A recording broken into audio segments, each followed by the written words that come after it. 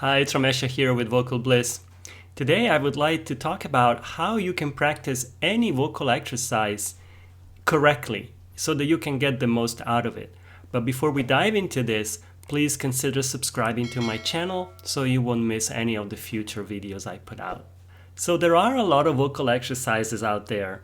There's the ones that you learn by watching videos like this, and then there are the ones maybe that you learn from me because I show them to you. And if you're part of a choir or of a singing group, then there are the warm-ups and exercises that you learn from your choir director. So there's so many different exercises, but which ones are the best? I often get asked this question. So it's not like one exercise is better than another. I mean, yeah, there are some exercises that are pretty basic exercises and almost everyone uses them or variations of them. But today what I want to talk about is specific things that you can do no matter what exercise you pick to get the most out of these exercises. The truth is, any vocal exercise can be good if you practice it well. You can even make up your own exercise. Sometimes I do that. I think of a particular aspect of the vocal technique and I come up with an exercise, and that works just as well as any other. But the key is practice them well.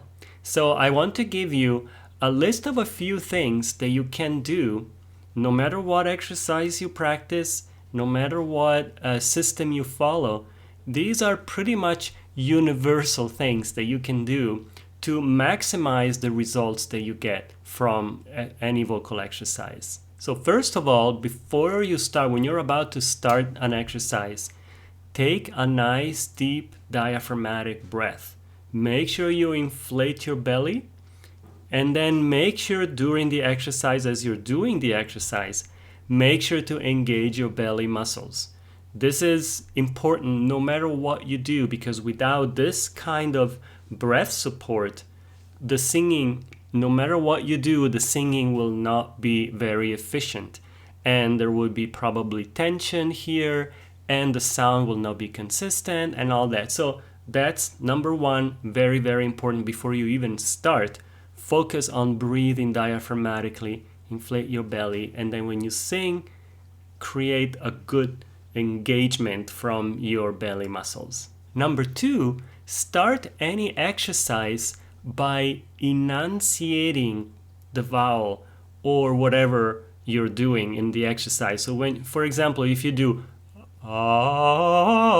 this is, for example, an exercise. So make sure that you and not just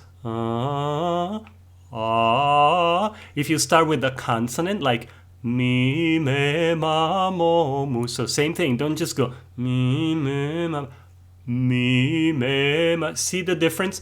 As soon as I enunciate, the sound is clearer and fuller. So this will help you to really have a full, strong sound.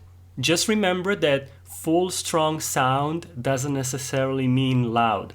I'm not suggesting you do your exercises by singing loud all the time. You don't need to do this, and in fact, it's not a good idea. Make sure you have a normal volume and just don't overdo it. And then number three, throughout any exercise you do, try to keep your throat open and relaxed. No matter what you do, no matter where you are in the range, low range, middle range, high range, try to always have a good open throat and relax. So when you sing a note, and not no matter where you are in the range, make sure that this area here is open and relaxed. You'll get a lot more sound without any effort on your part. If you feel that you have to push in order to get the sound loud and to get the sound out, then you're probably doing something wrong. So check your throat once in a while you're doing an exercise to make sure that it stays open and relaxed. Number four, check your posture. This is very important. Make sure that your chest is open. This is why ideally we would do exercises and sing standing, because that's an easier position to have the chest open so that the diaphragm and the belly muscles can work well, but also because of the posture. Just to have an open chest like this will really help your singing. Make sure also that your chin is parallel to the ground. So don't go like this, because that doesn't really work well for the muscles here that you're trying to use.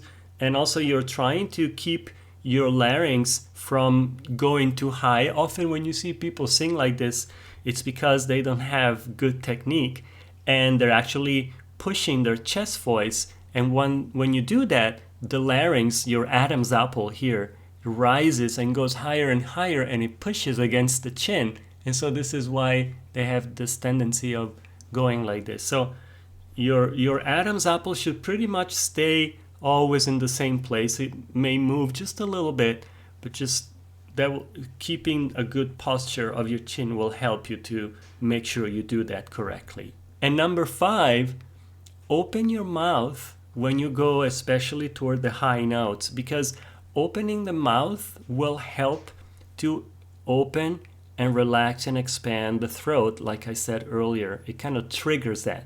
So it will help.